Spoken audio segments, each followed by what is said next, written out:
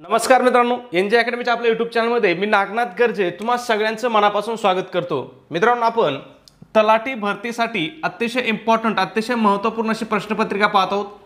आजची आपली प्रश्नपत्रिका क्रमांक 76 आहे। ओके, या ठिकाणी तुम्हाला माहिती आहे आपण TCS आणि IBPS पॅटर्नवर आधारित प्रश्नपत्रिका या ठिकाणी पाहत असतो। ओके, मग आपण तुमचा जास्त वेळ घेत नाही। आजचा पहिला प्रश्न काय पहा, मुंबई उच्च न्यायालयाच्या अधिकार क्षेत्रात किंवा अधिकार कक्षेत खालीलपैकी कोणती राज्ये येतात असं आपल्याला या ठिकाणी विचारलेलं आहे। या ठिकाणी पहा दोन राज्य दिलेत, पहा महाराष्ट्र आणि गोवा, आणि पुन्हा आपल्याला खाली पर्याय दिलेत 1 आणि 2 दोन्ही, केवळ 2, 1 किंवा 2 यापैकी कोणतेही नाही आणि केवळ 1। मग यापैकी आपलं योग्य उत्तर काय आहे? 1 आणि 2 दोन्ही ही राज्ये काय होतात? मुंबई उच्च न्यायालयाच्या अधिकार कक्षेत येतात किंवा अधिकार क्षेत्राखाली येतात। ओके, मग या ठिकाणी तुम्हाला लक्षात ठेवायचं आहे मुंबईचं जे उच्च न्यायालय आहे याच्या अधिकार क्षेत्रामध्ये किंवा अधिकार कक्षेमध्ये कोणकोणते राज्य येतात? महाराष्ट्र येते, गोवा येते, त्याचबरोबर दादर नगर हवेली दीव दमण हा जो केंद्रशासित आहे ना, हा केंद्रशासित प्रदेश सुद्धा काय होतो? मुंबई उच्च न्यायालयाच्या अधिकार क्षेत्राखाली येतो किंवा अधिकार कक्षेमध्ये येतो। ओके, आता या ठिकाणी तुम्हाला लक्षात ठेवायचं आहे मुंबई उच्च न्यायालयाची स्थापना कधी झाली? तुम्हाला लक्षात ठेवायचं आहे, पहा कधी झाली? 14 ऑगस्ट 1862 रोजी काय झाली होती? मुंबई उच्च न्यायालयाची स्थापना झाली होती। त्याच्यानंतर प्रश्न विचारला जातो की मुंबई उच्च न्यायालयाचं मुख्यालय कोठे आहे? तर मुंबई उच्च न्यायालयाचं मुख्यालय मुंबई या ठिकाणी आहे। त्याच्यानंतर या ठिकाणी अजून एक प्रश्न विचारला जातो की मुंबई उच्च न्यायालयाचे एकूण किती खंडपीठ आहेत? मग किती खंडपीठ आहेत? तर एकूण 3 खंडपीठ आहेत। कुठे कुठे आहेत पाहते? औरंगाबाद शहरामध्ये आहे, नागपूर या ठिकाणी आहे आणि पणजी या ठिकाणी आहे। ओके, त्याचबरोबर मुंबई उच्च न्यायालयाची स्थापना कोणत्या कायद्यानुसार झाली हा प्रश्न विचारला जातो। कोणत्या कायद्यानुसार झाली? तर 1861 च्या कायद्यानुसार झाली। स्थापना कधी झाली पहा? 14 ऑगस्ट 1862। आता या 1861 च्या कायद्यानुसार एकूण 3 उच्च न्यायालयाची स्थापना झाली होती 1862 साली, कोलकाता, मुंबई आणि मद्रास। आणि चौथं उच्च न्यायालय कोणतं हाही प्रश्न विचारला जातो। मग हे कोणतं होतं? अलाहाबाद उच्च न्यायालय। ओके, याची स्थापना कधी झाली होती? 1866 ला। लक्षात ठेवायचं, या 3 ची कधी झाली होती? 1862 ला, आणि चौथ्या उच्च न्यायालयाची स्थापना 1866 ला। कोणत्या कायद्यानुसार? 1861 च्या उच्च न्यायालय या कायद्यानुसार। ओके, पुढचा प्रश्न आहे आपला प्रश्न क्रमांक 2। काय विचारले पहा, पुणे येथील आदिवासी संशोधन आणि प्रशिक्षण संस्थेची स्थापना डॅश डॅश मध्ये झाली। म्हणजे काय विचारले पहा, आदिवासी संशोधन आणि प्रशिक्षण संस्था या संस्थेची स्थापना कधी झाली असं विचारलेलं आहे। मग ही स्थापना कधी झाली होती पहा? 1962 ला झाली होती। लक्षात ठेवा, खूप इम्पॉर्टंट आहे, खूप महत्त्वपूर्ण आहे। त्याचबरोबर या ठिकाणी तुम्हाला असं सुद्धा विचारलं जाऊ शकतं की आदिवासी संशोधन आणि प्रशिक्षण संस्थेचं मुख्यालय कोठे आहे? तर हे मुख्यालय कोठे आहे? पुणे या ठिकाणी आहे। काय काय लक्षात ठेवायचे पहा, स्थापना कधी झाली आणि मुख्यालय कोठे आहे, दोन्ही गोष्टी काय करायच्या तुम्हाला लक्षामध्ये ठेवायच्या आहेत। ओके, पुढचा प्रश्न आहे 3 नंबर। काय विचारले पहा, बालविवाहाबाबत गोपाळ गणेश आगरकर यांचे परखड मते डॅश डॅश वर्तमानपत्रे मांडत असत। म्हणजे काय सांगितलं आपल्याला? गोपाळ गणेश आगरकर ही त्यांची जे मतं आहेत ही त्यांची मतं कोणत्या वर्तमानपत्रामध्ये मांडत असत असं आपल्याला विचारलेलं आहे। कशाबद्दलची मतं? तर बालविवाहाबाबतची मतं। ओके, मग कोणत्या वर्तमानपत्रामध्ये ते मांडत होते? तर सुधारक या वर्तमानपत्रामध्ये। याची स्थापना त्यांनी कधी केली होती? तर ती 1888 साली त्यांनी सुधारकची स्थापना केली होती। ओके, मग या ठिकाणी पहा गोपाळ गणेश आगरकर यांच्यावरती तुम्हाला भरपूर प्रश्न विचारले जातात। मग या ठिकाणी काय विचारलं जातं पहा, गोपाळ गणेश आगरकर यांचा जन्म कधी झाला? तर कधी झाला पहा? 14 जुलै 1856 ला त्यांचा जन्म झाला। त्याच्यानंतर या ठिकाणी प्रश्न विचारला जातो की गोपाळ गणेश आगरकर यांचा जन्म खालीलपैकी कोणत्या गावामध्ये झाला? तर त्यांचा जन्म टेंभू या गावामध्ये झाला होता। हे टेंभू गाव कुठे पहा? तर सातारा जिल्ह्यामधील कराड तालुक्यामध्ये हे टेंभू गाव आहे। ओके, त्याचबरोबर गोपाळ गणेश आगरकर यांनी एकूण 3 महत्त्वाच्या संस्था स्थापन केल्या होत्या। पहा, गोपाळ गणेश आगरकर, लोकमान्य टिळक आणि विष्णू शास्त्री चिपळूणकर या तिघांनी मिळून काय केल्या होत्या? 3 महत्त्वाच्या संस्था स्थापन केल्या होत्या। मग त्या कोणकोणत्या होत्या पहा? न्यू इंग्लिश स्कूलची स्थापना, ही स्थापना कधी केली होती त्यांनी? 1880 मध्ये केली होती। त्याच्यानंतर डेक्कन एज्युकेशन सोसायटीची स्थापना कधी? 1884 ला केली होती। आणि फर्ग्युसन कॉलेज या डेक्कन एज्युकेशन सोसायटी अंतर्गत त्यांनी फर्ग्युसन कॉलेजची स्थापना 1885 ला केली होती। खूप महत्वाचं आहे, तुम्हाला तिन्ही वरती सुद्धा वारंवार प्रश्न विचारला जाऊ शकतो. मग स्थापना कोणी केली होती पहा? गोपाळ गणेश आगरकर, लोकमान्य टिळक आणि विष्णू शास्त्री चिपळूणकर या तिघांनी मिळून केली होती. कशाची? न्यू इंग्लिश स्कूलची स्थापना कधी केली? 1880 ला. डेक्कन एज्युकेशन सोसायटीची स्थापना कधी केली? 1884 ला. आणि फर्ग्युसन कॉलेजची स्थापना कधी केली? 1885 ला. आता या तिन्ही संस्था कोणत्या शहरामध्ये आहेत तुम्हाला माहिती आहे, पण तरी सांगतो कोणत्या शहरामध्ये आहेत मित्रांनो, तर या पुणे शहरामध्ये आहेत. ओके. त्याच्यानंतर हे जे फर्ग्युसन महाविद्यालय होतं 1885 ला स्थापन केलेलं, कशा कोणत्या सोसायटी अंतर्गत? डेक्कन एज्युकेशन सोसायटी अंतर्गत. या महाविद्यालयाचे दुसरे प्राचार्य कोण होते? तर दुसरे प्राचार्य होते गोपाळ गणेश आगरकर. कोण होते दुसरे प्राचार्य? गोपाळ गणेश आगरकर होते. आपण त्यांच्याबद्दलच माहिती या ठिकाणी पाहत आहोत. त्याचबरोबर पहा, केसरी या साप्ताहिकाचे ते काय होते? पहिले संपादक होते. खूप वेळेस प्रश्न आलेला आहे की केसरीचे पहिले संपादक कोण होते? मग केसरीचे पहिले संपादक कोण होते? गोपाळ गणेश आगरकर होते. केसरीची स्थापना कधी झाली हाही प्रश्न विचारला गेलेला आहे. कधी झाली? 1881 ला. स्थापना कोणी केली होती? तर स्थापना ही लोकमान्य टिळकांनी केली होती पहा. परंतु पहिले संपादक कोण होते? तर ते होते गोपाळ गणेश आगरकर. ओके. त्याचबरोबर सुधारक या नियतकालिकाचे ते काय होते? संस्थापक आणि संपादक दोन्ही कोण होते? गोपाळ गणेश आगरकरच होते. कधी स्थापना केली होती? 1888 ला. ओके. केसरी या साप्ताहिकाचा त्यांनी संपादकाचा राजीनामा कधी दिला? तर तो 1887 ला दिला. ओके. पुढचा प्रश्न पाहण्या अगोदर मित्रांनो एक छोटीशी पण अतिशय महत्त्वपूर्ण अशी सूचना. आपण तलाठी भरतीसाठी अतिशय महत्त्वपूर्ण अतिशय इम्पॉर्टंट अशी टेस्ट सिरीज सुरू केलेली आहे. आपल्या टेस्ट सिरीजचं वैशिष्ट्य ही TCS आणि IBPS पॅटर्नवर आधारित महाराष्ट्रामधील एकमेव टेस्ट सिरीज आहे. अतिशय दर्जेदार अतिशय उपयुक्त अशी आपली टेस्ट सिरीज आहे. याच्यामध्ये तुम्हाला काय काय भेटेल पहा, तर तुम्हाला एकूण 10 टेस्ट पेपर भेटतील. त्याचबरोबर तुम्हाला फ्रीमध्ये तलाठी भरतीच्या 2011 पासून 2022 पर्यंतच्या सर्व प्रश्नपत्रिका भेटतील. त्या सुद्धा कशा भेटतील? तर उत्तरासहित भेटतील किंवा आन्सर की सहित तुम्हाला या प्रश्नपत्रिका दिल्या जातील. ओके. त्याचबरोबर अतिशय महत्त्वाच्या अशा अतिशय महत्त्वपूर्ण अशा IMP नोट्स तुम्हाला या ठिकाणी काय केल्या जातील? अगदी फ्रीमध्ये दिल्या जातील मित्रांनो. कशा दिल्या जातील? फ्रीमध्ये दिल्या जातील. याच्यामध्ये कोणकोणत्या विषयाच्या नोट्स असतील पहा. मराठी विषयाच्या नोट्स असतील, इतिहास विषयाच्या नोट्स असतील, भूगोल विषयाच्या नोट्स असतील, राज्यशास्त्राच्या नोट्स असतील, विज्ञानच्या नोट्स असतील, अर्थशास्त्राच्या नोट्स असतील. त्याचबरोबर मित्रांनो या ठिकाणी गणित आणि बुद्धिमत्ता काय? गणित आणि बुद्धिमत्ता या दोन विषयाच्या सुद्धा अतिशय इम्पॉर्टंट अतिशय महत्त्वपूर्ण अशा तुम्हाला या ठिकाणी नोट्स दिल्या जातील. मग मित्रांनो तुम्ही एवढा नोट्सचा जरी अभ्यास केला तरी तुम्ही 100 पैकी 90+ मार्क काय 100% घेऊ शकता. ओके. मग या सगळ्यांची किंमत किती मित्रांनो? तर ती फक्त 150 रुपये किंमत आहे. परंतु त्याच्यामध्ये सुद्धा विद्यार्थ्याच्या मागणीस्तव आज सुद्धा आपली ऑफर चालू आहे. जर तुम्ही आज ही टेस्ट सिरीज घेतली ना तर ही तुम्हाला फक्त आणि फक्त काय होणार आहे? 99 रुपयाला तुम्हाला टेस्ट सिरीज पडणार आहे. मग हे 99 रुपये तुम्हाला कुठं पे करायचे पहा. गुगल पे असेल, फोनपे असेल, ॲमेझॉन असेल, पेटीएम असेल, कुठलंही तुमचं ॲप्लिकेशन सुद्धा आहे. त्या ठिकाणी आपला नंबर आहे पहा 9689141630. तुम्हाला काय करायचं आहे? या नंबरवरती 99 रुपये पे करायचे आहेत आणि त्याचा एक स्क्रीनशॉट काढायचा आहे आणि तो स्क्रीनशॉट काय करायचा आहे? व्हॉट्सअपला आपला हाच नंबर आहे. या नंबरवरती तुम्हाला स्क्रीनशॉट शेअर करायचा आहे. नंबर काय पहा आपला 9689141630. याच नंबरवरती तुम्हाला स्क्रीनशॉट टाकायचा आहे. तुमचा स्क्रीनशॉट मिळाल्याबरोबर तुम्हाला 10 टेस्ट पेपर फ्रीमध्ये तलाठी भरतीच्या सर्व प्रश्नपत्रिका आणि अतिशय IMP अतिशय महत्त्वपूर्ण अतिशय उपयुक्त अशा नोट्स तुम्हाला या ठिकाणी प्रोव्हाइड केल्या जातील. ओके. पुढचा प्रश्न आहे प्रश्न क्रमांक 4 आहे पहा. काय विचारलंय? खालीलपैकी कोणते विधान बरोबर आहे? TCS काय करत होतं पहा, 2 विधानं देत होतं आणि खाली आपल्याला असे पर्याय देत होतं पहा. केवळ एक आणि 2 दोन्हीही. या ठिकाणी पहा आपण विधान वाचू पहा. काय विचारले? पहिलं विधान काय दिले पहा. पोवाडा ही महाराष्ट्राची पारंपरिक लोककला आहे. विधान काय आहे मित्रांनो? बरोबर आहे. पोवाडा ही काय आहे? महाराष्ट्राची पारंपरिक लोककला आहे. दुसरं विधान काय दिले पहा. सर्वात जुना उल्लेखनीय पोवाडा अग्निदासने केलेला अफजल खानाचा वध हा होता, ज्यात शिवाजी महाराजांची अफजल खानाशी झालेली चकमक त्याच्यामध्ये दिलेली आहे किंवा झटापट त्याच्यामध्ये दिलेली आहे. हे काय आहेत मित्रांनो?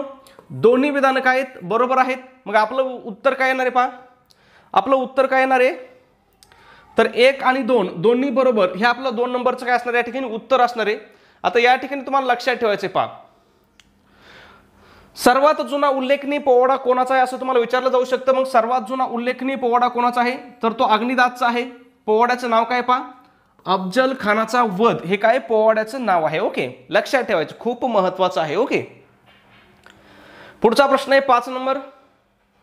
खालीलपैकी कोणत्या वाकाटक राजाच्या मृत्यूनंतर वाकाटक साम्राज्याचे विभाजन झाले.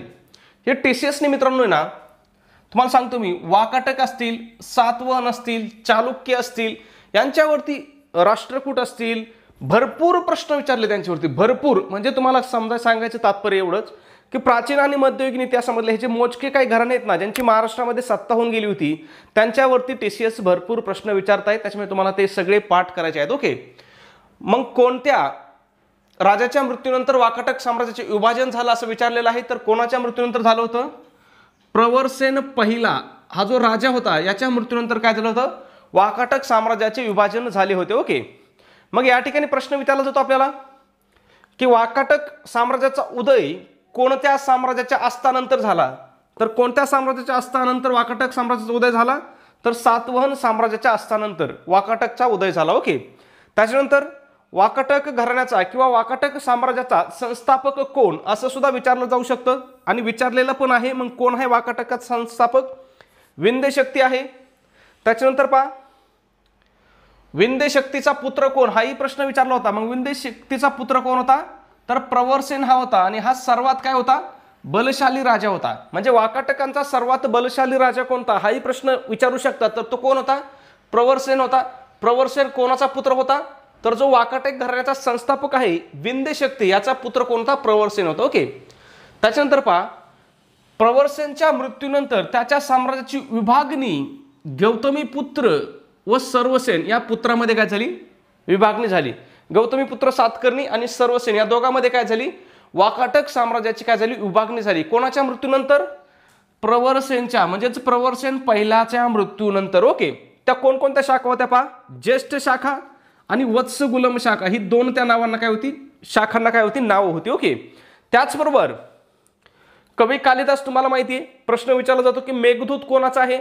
मग मेघदूत कोणाचा आहे मित्रांनो, तर कवी कालिदासांचा आहे. मग कवी कालिदास कोणाकडे होते पहा, तर ते कोणाकडे वास्तव्यास होते, वाकाटकाकडे काय होते, वास्तव्यास होते. खूप इम्पॉर्टंट आहे. ओके, पुढचा प्रश्न 6 नंबर.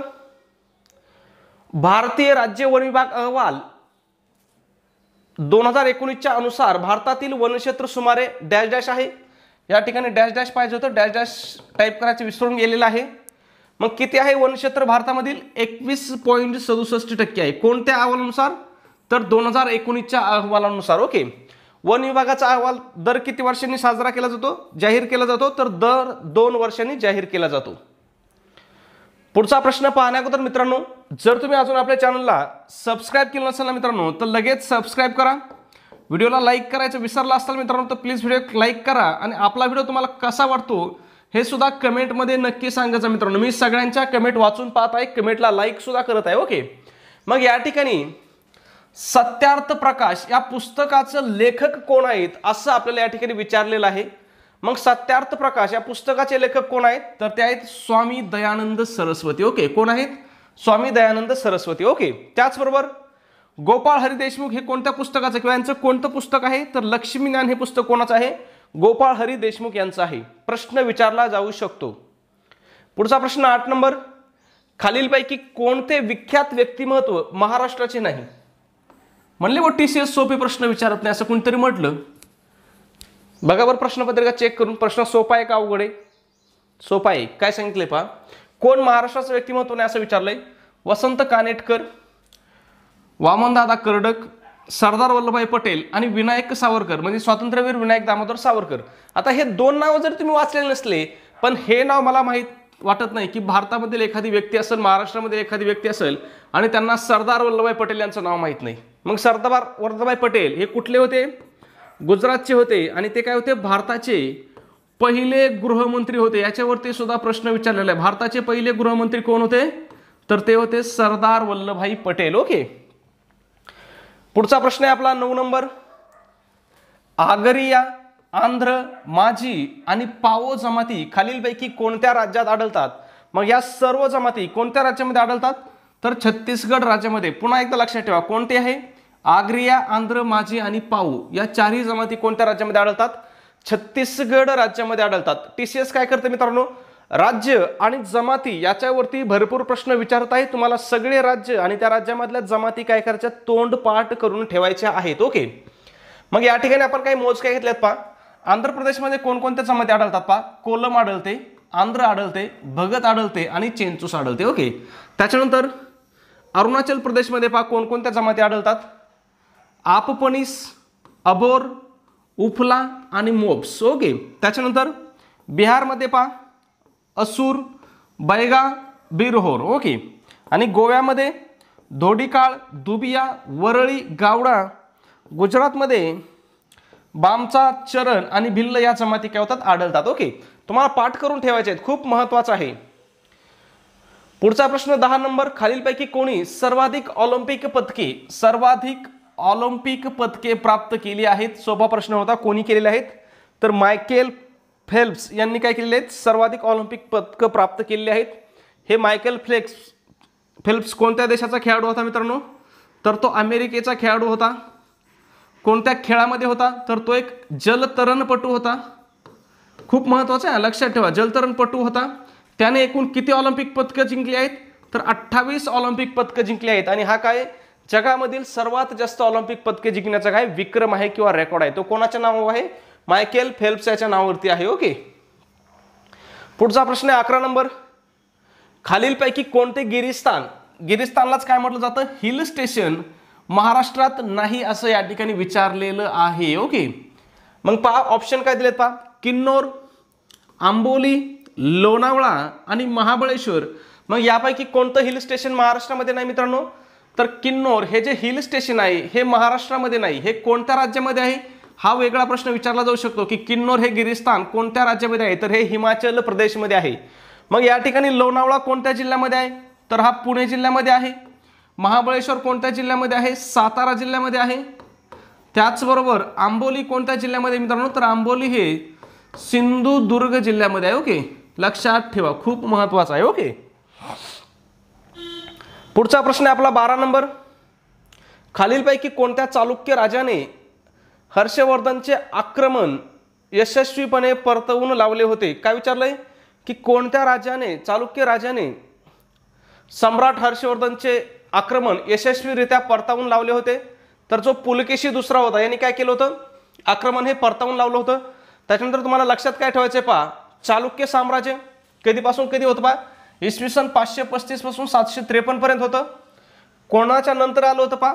वाकाटक राजांच्या पतनानंतर चालुक्य साम्राज्याचा काय झाला होता? स्थापना झाली होती. चालुक्य घराण्याचा मूळ संस्थापक कोणास म्हटलं जातं? तर कोण होता तो मूळ संस्थापक? जयसिंग होता. ओके. लक्षात ठेवायचं, खूप महत्वाचं आहे. त्याच्यानंतर बदामीचा किल्ला कोणी बांधला पहा? प्रश्न विचारलेला आहे. बदामीचा किल्ला कोणी बांधला? तर कोणी बांधला होता? तो पहिला पुलकेशी याने बदामीचा किल्ला बांधला होता. आणि या शाखेचा कर्तबगार राजा कोण होता? विक्रमादित्य 6वा हा काय होता? बदामीच्या चालुक्याचा कर्तबगार राजा होऊन गेला. ओके. पुढचा प्रश्न आहे 13 नंबर. चोल प्रशासनात मुवेंदवेलन शब्द लक्षात ठेवा चा अर्थ काय होता असं विचारलेलं आहे. मग मुवेंदवेलमचा अर्थ काय होतो? 3 राज्यांच्या सेवारत शेतकरी, म्हणजे 3 राज्यांकडे सेवा देणारा शेतकरी. एकूण 3 राज्याकडे सेवा देणारा शेतकरी म्हणजे कोण? मुवेंदवेलन. ओके. आणि ही संज्ञा कोणत्या प्रशासनामध्ये वापरली जात होती? चोल प्रशासनात वापरली जात होती. पुढचा प्रश्न आहे एजी हे डॅश डॅशचे प्रतीक आहे. मग एजी हे कशाचं प्रतीक आहे मित्रांनो? सोपा प्रश्न आहे, खूप सोपा आहे. त्याच्यामुळे याचं उत्तर काय करायचं तुम्हाला कमेंटमध्ये सांगायचं आहे की एजी कशाचं प्रतीक आहे किंवा कशाची संज्ञा आहे. ओके. पुढचा प्रश्न आहे 12 नंबर. भारतीय राज्यघटना अंमलात आली तेव्हा घटनेत किती अनुसूच्या जोडण्यात आल्या होत्या? आता या ठिकाणी काय केलं मित्रांनो, टायपिंग करताना कुठेतरी ऑप्शनमध्ये काय झाली, चूक झाली.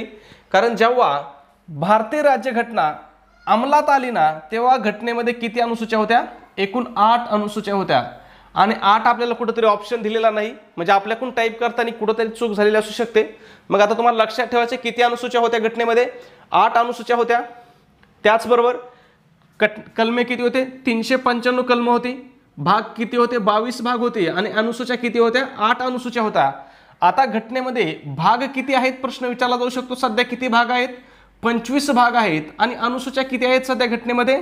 तर एकूण 12 अनुसूच्या आहेत. लक्षात ठेवायचे, ज्यावेळेस घटना अंमलात आली त्यावेळेस 395 कलमे, 22 भाग आणि 8 अनुसूच्या होत्या.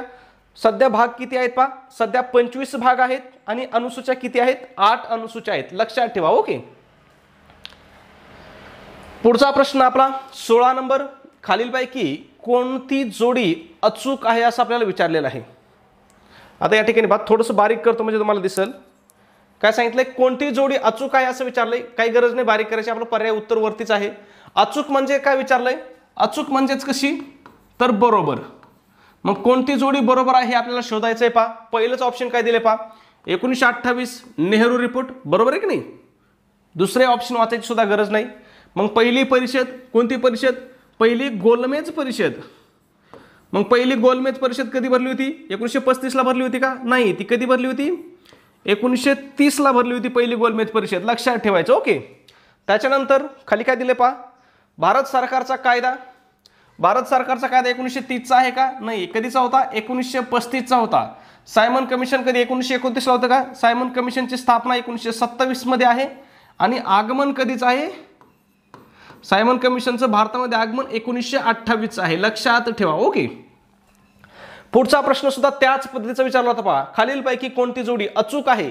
पुन्हा अचूक म्हणजे काय? तर अचूक म्हणजेच बरोबर. मग कोणती जोडी बरोबर याच्यामध्ये पहा, तर या ठिकाणी पहा, तुम्हाला माहिती असेल 1829 सतीबंदीचा कायदा कधीचा होता? 1829. ही जोडी काय बरोबर आहे. बाकीच्या जोड्या चुकीच्या आहेत पहा. विधवा पुनर्विवाहाला मान्यता देणारा कायदा 1891 ला नव्हता. हा कायदा कधीचा होता? 1856 चा होता. लक्षात ठेवा, प्रश्न विचारला जाऊ शकतो. त्याच्यानंतर संमती वयाचा कायदा कधीचा आहे? पहा, या ठिकाणी उलट केले त्यांनी. संमती वयाचा कायदा कधीचा आहे मित्रांनो? 1891 चा आहे. म्हणजे हे 1891 या ठिकाणी पाहिजेत आणि हे 1856 काय होते? या ठिकाणी पाहिजे होते. ओके. सुधारणा कायदा, आता याला काहीतरी नाव द्यायला पाहिजे होतं. सुधारणा कायदा भरपूर होऊन गेलेले आहेत. ओके. पुढचा प्रश्न आहे 18 नंबर. छत्रपती शिवाजी महाराज यांचा राज्याभिषेक कोणत्या वर्षी झाला? कुणाला माहित नसेल प्रश्न. मला नाही वाटत एखाद्यात चुकला असेल म्हणून. कधी झाला? 1674. 6 जून 1674 रोजी काय झाला होता? छत्रपती शिवाजी महाराजांचा राज्याभिषेक झाला होता. ओके. आता या ठिकाणी पहा, प्रश्न विचारला जातो आपल्याला, छत्रपती शिवाजी महाराजांचा जन्म कधी झाला? तर कधी झाला? 19 फेब्रुवारी 1630 रोजी झाला. कोणत्या किल्ल्यावरती झाला? तर तो शिवनेरी किल्ल्यावरती झाला होता. ओके. त्याच्यानंतर किल्ले रायरेश्वर येथे काय केलं होतं त्यांनी? स्वराज्य स्थापनेची शपथ घेतली होती. कोणत्या किल्ल्यावरती शपथ घेतली हाही प्रश्न विचारला जातो. तर कुठे घेतली होती? रायरेश्वर या ठिकाणी. कधी? 27 एप्रिल 1654 रोजी. त्याच्यानंतर पहिला किल्ला कोणता जिंकला होता त्यांनी पहा? तर पहिला किल्ला तोरणा किल्ला जिंकला होता. पहा, कधी जिंकला होता? 7 मार्च 1674 रोजी. कोणत्या खोऱ्यातील? तर कानंद खोऱ्यातील तोरणा किल्ला जिंकून त्यांनी काय केलं होतं? स्वराज्याचं तोरण बांधलं होतं. ओके. त्याच्यानंतर अफजल खानाचा वध कधी केला पहा? 10 नोव्हेंबर 1659 रोजी काय केला होता? अफजल खानाचा वध केला होता. पुण्याच्या लाल महालावरती छापा कधी मारला पहा? 5 एप्रिल 1663 रोजी लाल महालावरती छापा मारला. राज्याभिषेक याच्यावरतीच आपल्याला प्रश्न होता. 6 जून 1674. त्याचबरोबर छत्रपती शिवाजी महाराजांचं निधन कधी झालं? 3 एप्रिल 1680 ला त्यांचं काय झालं होतं मित्रांनो? निधन झालं होतं. ओके. पुढचा आणि शेवटचा प्रश्न आपला, सुवर्णदुर्ग किल्ला. सुवर्णदुर्ग किल्ला महाराष्ट्रातील खालीलपैकी कोणत्या जिल्ह्यात वसलेला आहे? प्रश्न आपण स्पष्टीकरणासह घेतलेला आहे. त्याच्यामुळे या प्रश्नाचं उत्तर सगळ्यांनी कमेंटमध्ये सांगायचं आहे. त्याचबरोबर तुम्ही सबस्क्राईब केलं नसेल सबस्क्राईब करा. व्हिडिओ आवडला असेल प्लीज व्हिडिओला एक लाईक करा आणि आपला व्हिडिओ तुम्हाला कसा वाटतो हे सुद्धा कमेंटमध्ये सांगा. त्याचबरोबर तुमच्याकडे असणाऱ्या शैक्षणिक ग्रुपला तुमच्या मित्रांना आपला व्हिडिओ शेअर करा, फॉरवर्ड करत चला मित्रांनो. धन्यवाद मित्रांनो. भेटूया आपल्या उद्याच्या पुढच्या व्हिडिओमध्ये. तोपर्यंत सर्वांना जय हिंद, जय महाराष्ट्र.